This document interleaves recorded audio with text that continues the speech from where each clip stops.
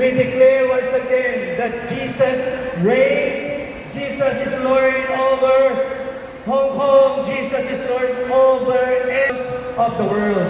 Palakpak para sa Diyos, because Jesus is above all. And this celebration is not just to look back, but it is a declaration forward. We are journeying. Journey tayo ng ating Diyos. And declaration forward, the same God who brought us, through 40 years, we will take us even to a greater heights of glory and harvest in the years ahead. So expect greater things to come in our lives. So JIL Hong Kong family, let's open our hearts, and wide, lift our hands high, and let every breath declare, Jesus above all. Everybody say, Jesus above all. Above all. Welcome to the JIL Hong Kong 40th anniversary celebration. To God be the glory. Praise the Lord.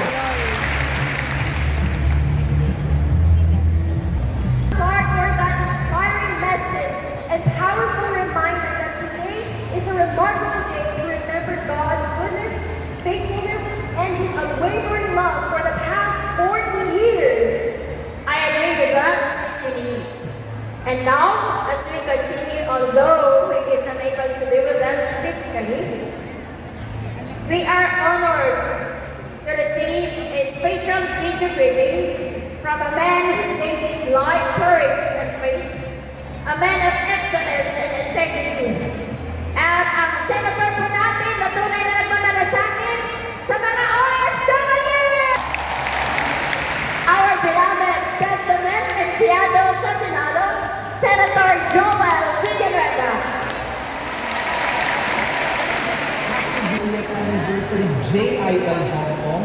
Sa pong napakalaking karangalan ang makabati mo sa inyong empleyado dito sa Senado. Siyempre gusto kong batiin si Pastor Bob at buong leadership ng JIL Hong Kong. Bati ko po kayong lahat, mga pastors, leaders, workers, at kabro ng JIL Church dyan sa Hong Kong. Siyempre yung mahal natin mga CYL. Happy anniversary po sa inyo lahat. Ang ganda-ganda ng inyong tema. Jesus above all. Nakatagpuan sa Philippians chapter 2 verse 9 to 11. Ang sabi nga po doon, therefore God exalted Him to the highest place and gave Him the name that is above every name. That at the name of Jesus, every knee should bow in heaven and on earth, and under tongue confess that Jesus Christ is Lord, to the glory of God the Father.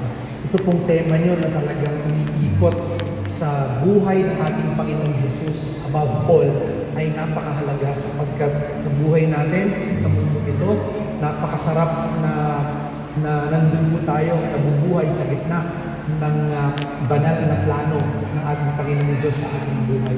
Kaya anuman po nararanasan ng mundo, hindi man maganda ang ekonomiya na ating nakikita, alam natin ang Diyos natin nagpo-provide ng ating pangangailangan. Maganda ang health conditions, ng anumang pamayanan, hindi tayo nakatakot sa pagkakalam natin, tagapagpagaling natin ay ang ating Panginoong Jesus.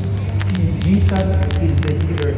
At alam natin na if He is with us, no one, nothing, no circumstances here on earth can be against us.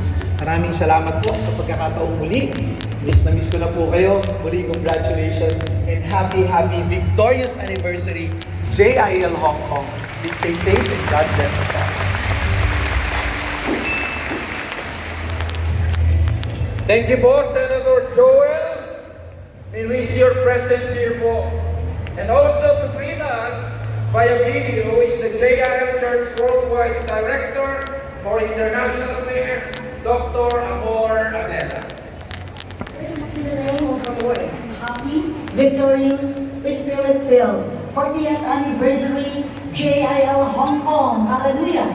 On behalf of the international operations with 75 countries, all po lahat ay buong pusong bumaba sa inyo at ang buong ng isang maligaya at matagumpay na anibersaryo.